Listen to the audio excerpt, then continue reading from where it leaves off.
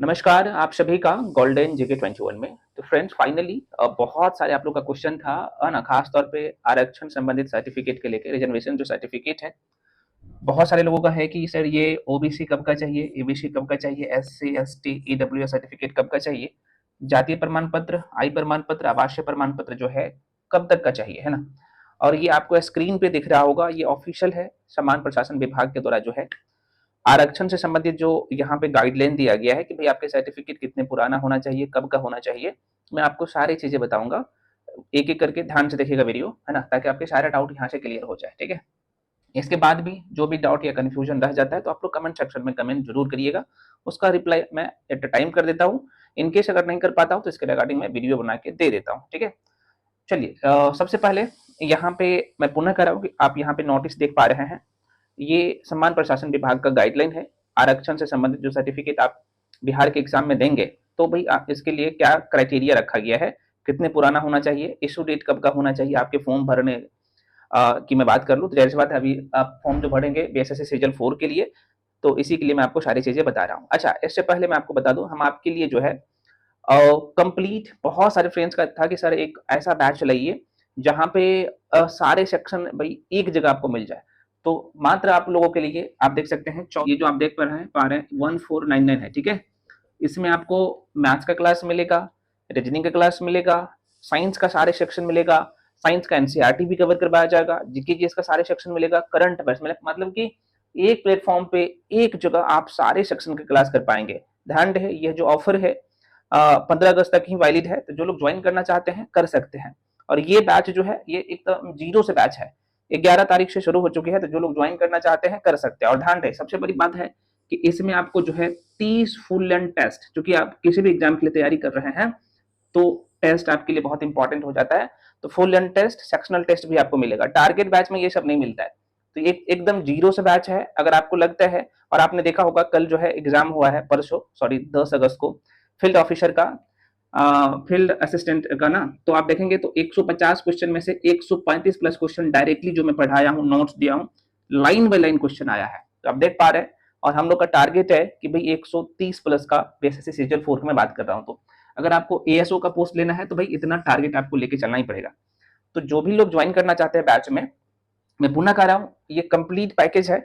तो इसके रिगार्डिंग जो भी इन्फॉर्मेशन चाहिए, यहाँ पे मैं नंबर यहीं पे लिख देता हूँ, यहाँ पे नंबर आपको दिख रहा होगा 9341766130। इस नंबर पे आप कॉल करके इन्फॉर्मेशन ले सकते हो। ठीक है, और आपको मैं बता दूं, आपको जो भी लोग पढ़ा रहे हैं तो ऑलरेडी इस एग्जाम को क्लियर कर चुके हैं, वैसे मेंटोर के द्वारा आपको सारे क्लासेस वीडियो पीडीएफ मिल रहा है। ठीक है, पेमेंट का नंबर फ्रेंड्स ये ऊपर वाला है, आप देख पा रहे हैं 7319924130, है ना। इस नंबर पे आपको पेमेंट करना होता है, उसका स्क्रीन शॉट करके 93 आप भेजेगा 9341766130। उसके बाद आपको बैच में जोड़ दिया जाएगा। हालांकि स्क्रीन पे भी मैं सारी चीजें लगा दिया हूँ। ठीक है, जो लोग ज्वाइन करना चाहते हैं कर सकते हैं। चलिए सभी लोग जाकर टेलीग्राम जाके ज्वाइन कर लीजिए। अच्छा, होमवर्क सीरीज के लिए कुछ लोग पूछ रहे थे, भाई होमवर्क सीरीज मैं आपको फ्री में करवा रहा हूँ। होमवर्क सीरीज का भी कंप्लीट जो है सॉरी होमवर्क सीरीज का भी मैं आप लोगों के लिए जो है टेलीग्राम स्पेशल बना दिया हूँ बीएसएससी सीजन 4 वाले के लिए। तो आप जाके ज्वाइन कर लीजिए फ्री में, उसके लिए कोई चार्ज नहीं है ना। क्लास जो आप करेंगे पेड क्लास, उसके लिए आपको ये पेमेंट करना पड़ेगा। चलो अब यहाँ पे देख लेते हैं कि भाई आपका जो है जैसे एससी एसटी सर्टिफिकेट हो गया आप लोग का, ईडब्ल्यूएस हो गया, वो ओबीसी हो गया, और यहाँ पे ईबीसी हो गया। तो देखो भाई ये दोनों के लिए ना एनसीएल बनता है, नॉन क्रिमिनल सर्टिफिकेट बनता है ना। तो एनसीएल जो बनाएंगे ये कब का होना चाहिए, इससे पहले देखो ये जो जाती है होगी आप लोग का, और ये आवासीय है, आपको स्क्रीन पे दिख रहा होगा। अगर एक बार डिजिटली आपने बना लिया है कंप्यूटराइज तो ये परमानेंटली वैलिड होता है ना, ये हमेशा के लिए मान्य होता है। हाँ, लेकिन अस्थायी प्रमाण पत्र जो होता है वो 1 साल पे आपको बनाना पड़ता है। अस्थायी में बोल रहा हूँ, है ना। ये परमानेंट की मैं बात कर लूँ, यहाँ पे आवासीय प्रमाण पत्र ये हमेशा के लिए वैलिड होता है। ये जो आप आय प्रमाण पत्र देख रहे हैं ये 1 ईयर के लिए वैलिड होता है। 1 ईयर कब से काउंट होगा, तो मान लो कि जब से आप बनाए हैं उससे 1 साल तक वैलिड रहेगा। इसका ऐसा नहीं कि भाई फाइनेंशियल ईयर जैसे 1 अप्रैल से लेकर 31 मार्च तक रहता है, ऐसा नहीं होता है ना। तो यहाँ पे लोगों को कंफ्यूजन रहता है। तो इसका जो वैलिड रहता है आई पर, चूंकि यहाँ पे इन्होंने साफ साफ लिखा है तो ये छोटे छोटे डाउट आपके मन में नहीं रहना चाहिए। ठीक है, तो आशा करते हैं ये दोनों के लेके आवासीय और जातीय ये एक बार आप डिजिटली बना लिए हो तो ये हमेशा के लिए वैलिड रहेगा। आई प्रमाण पत्र जब से बनाते हैं इस जब डेट होता है तो उसके 1 साल तक जो है आपका वैलिड रहता है। ठीक है, अब ये तीनों आपके पास है तभी आप जो है आप देख सकते हैं एनसीएल सर्टिफिकेट ओबीसी के लिए अलग बनता है और एबीसी के लिए अलग बनता है ना। दोबारा सुनिए, पिछड़ा वर्ग के लिए अलग बनता है और अत्यंत पिछड़ा वर्ग के लिए एनसीएल अलग बनता है। तो ये तीनों आपके पास रहना चाहिए तब बनेगा। अब प्रश्न उठता है कि सर ये हमें कब का चाहिए, बहुत बड़ा क्वेश्चन है। देखो भाई यहाँ पे मैं थोड़ा सा क्लियर कर दूं, प्रश्न बहुत ज्यादा आ रहा था कि भाई सर हम ओबीसी से हैं, बहुत सारे लोगों का ये था कि भाई हम ईबीसी कैटेगरी से हैं। तो देखो दोनों के लिए एनसीएल बनता है अलग अलग, एनसीएल सर्टिफिकेट जो बनेगा दोनों के लिए अलग अलग बनता है, ठीक है ना। अब यहाँ पे होता ये है कि एनसीएल अब कितने पुराना होना चाहिए। देखो हालांकि इनका भी आप देखेंगे तो वैलिडिटी तो 1 ईयर का ही रहता है, ठीक है। आप कहेंगे सर अलग अलग एग्जाम में तो 3 साल का देता है, मैं आपको जो बता रहा हूँ बीएसएससी का ना 1 साल का ही रहता है। हाँ लेकिन आपके पास पुराना भी है तो ये चलेगा। जब आप डॉक्यूमेंट वेरिफिकेशन में जाएंगे, मान लो किसी के पास 2023 वाला है ना, तो आप जब डॉक्यूमेंट वेरिफिकेशन में जाओगे आपको रिजेक्ट नहीं किया जाएगा। जब आप डॉक्यूमेंट वेरिफिकेशन में जाओगे तो आपको एक जो है ना शपथ पत्र भरवाया जाएगा 18B करके, ठीक है। क्योंकि आप सबको पता है कि डॉक्यूमेंट वेरिफिकेशन जो है 2023 में आप लोगों को लाइव दिखाए थे सारी चीजें। तो जिनके पास नहीं था है ना, पुराने था, मतलब नहीं था इन द सेंस अगर नहीं है तो आपको जनरल में काउंट कर लिया जाएगा, नहीं है तो, अगर है पुराने हैं तो आपको एक फॉर्म भराया जाता है 18B करके और आपको जो है परमिशन दिया जाता है ना। और आपने देखा होगा कि नोटिस में भी इन्होंने साफ साफ मेंशन कर दिया है कि जो एनसीएल सर्टिफिकेट है वो बार बार बनाने की जरूरत नहीं है ना, आप आवेदन कर सकते हैं अंडरटेकिंग में देके। तो आशा करते हैं ये आपके मन में जो दुविधा है कि मेरे पास पुराना है तो क्या मैं फॉर्म भर सकता हूँ, है ना, तो बिल्कुल भर सकते हैं। लेकिन अभी टाइम है, मैं कहूंगा अभी आपके पास टाइम है। तो अगर 1 साल से ज्यादा हो गया है तो नया वाला बनवा लीजिए। अच्छा, नया वाला का जो ये वैलिडिटी कब तक रहता है, तो जो इशू डेट रहता है ना इसका, तो इशू डेट से काउंट किया जाता है ना। ऐसे नहीं कि फाइनेंशियल ईयर जो है 1 अप्रैल से लेकर 31 मार्च तक है, वो नहीं रहता है। जब से चूंकि इन्होंने, आप देखेंगे इस नोटिस में सामान्य प्रशासन विभाग के द्वारा जो है आरक्षण के लिए वहीं से सारी चीजें अप्रूव होता है। इन्होंने मेंशन कर दिया है कि इसका जो वैलिडिटी रहेगा 1 साल का रहेगा। और कब तक का, तो जब आपका जो है इशू होता है तब से, ठीक है।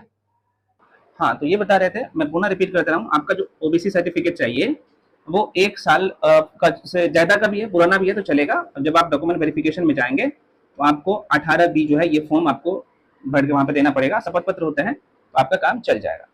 अब यहाँ पे लोग गलती करते हैं कि भाई ओबीसी और ईबीसी जो है ये कैटेगरी है ना, दोनों के लिए अलग अलग एनसीएल बनता है। और ध्यान रहे जब भी आप अप्लाई करेंगे ना फॉर्म, तो आप देख लीजिएगा कि आप कौन से लिस्ट में है ना। तो यहीं पे लोग गलती करते हैं।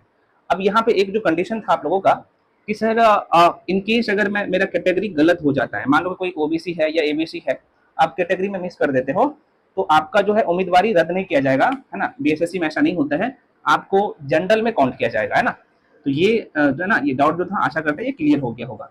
तो भाई जिनका भी सर्टिफिकेट का जो वैलिडिटी है 1 साल से ज्यादा हो गया, तो मैं कहूंगा अभी आपके पास टाइम है तो इन्हें बनवा लीजिए।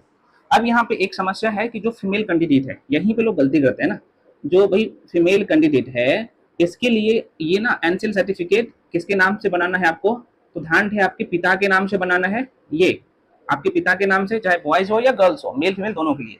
उसके बाद आपका जो आवासीय प्रमाण पत्र बनेगा, है ना, आवासीय प्रमाण पत्र बनेगा, ये भी मेल और फीमेल दोनों के लिए मैं बात कर रहा हूँ, मेल और फीमेल दोनों के लिए ये आपके पिता का नाम से ही होना चाहिए।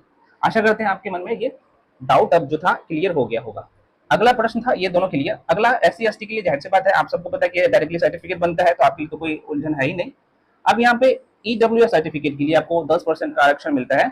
ये कब का होना चाहिए, तो देखो भाई इसका जो है ना आपका 1 साल से ज्यादा का नहीं होना चाहिए, ये आपको बनाना ही पड़ेगा।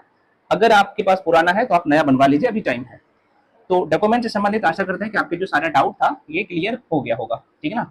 अब यहाँ पे प्रश्न उठता है कि सर ये जो टाइम पीरियड है, अभी थोड़ा सा मैं आपको दिखा देता हूँ, सर्टिफिकेट के लेके भी कुछ इशू था, मैं क्लियर कर देता हूँ कि आपके पास अगर ग्रेजुएशन का सर्टिफिकेट नहीं है तो आप क्या कर सकते हो अभी, है ना। देखिए बहुत सारे लोग मैं देख रहा था कमेंट सेक्शन में कमेंट कर रहा था कि भाई सर मेरे पास ना, मैंने ग्रेजुएशन कंप्लीट कर लिया, मेरे पास जो है सर्टिफिकेट नहीं है ना, मूल प्रमाण पत्र जो है, मूल प्रमाण पत्र जो है नहीं है, ठीक है, मूल प्रमाण पत्र नहीं है तो क्या करना है आपको, क्या करना है, ये प्रोविजनल सर्टिफिकेट मिलता है। अगर आपके पास आपकी यूनिवर्सिटी में या कॉलेज में नहीं आया है तो आप ना प्रोविजनल सर्टिफिकेट आता है उससे फॉर्म भर सकते हो या मार्कशीट से फॉर्म भर सकते हो, है ना। लेकिन डॉक्यूमेंट वेरिफिकेशन के समय आपको ये ओरिजिनल जो है ना ये आपको देना ही पड़ेगा, ठीक है। तो नहीं आया है तो आराम से फॉर्म भर सकते हो, कोई इशू नहीं है, लेकिन डॉक्यूमेंट वेरिफिकेशन के समय में आपको प्रस्तुत करना ही पड़ेगा। तो आशा करते हैं आपको सारी चीजें समझ में आया होगा। इसके बाद भी जो भी डाउट या कंफ्यूजन है आप लोग कमेंट सेक्शन में कमेंट कर सकते हैं। और सभी लोग टेलीग्राम पे जाके ज्वाइन कर लीजिए, क्योंकि कई बार होता क्या है कि मैं वीडियो अपलोड नहीं कर पाता हूँ तो वहाँ पे अपडेट कर देता हूँ। तो फ्रेंड्स मिलते हैं अगले वीडियो में। कोर्स के रिगार्डिंग सारी इन्फॉर्मेशन मैं दे ही दिया हूँ, तो आप ज्वाइन कर सकते हो। ठीक है।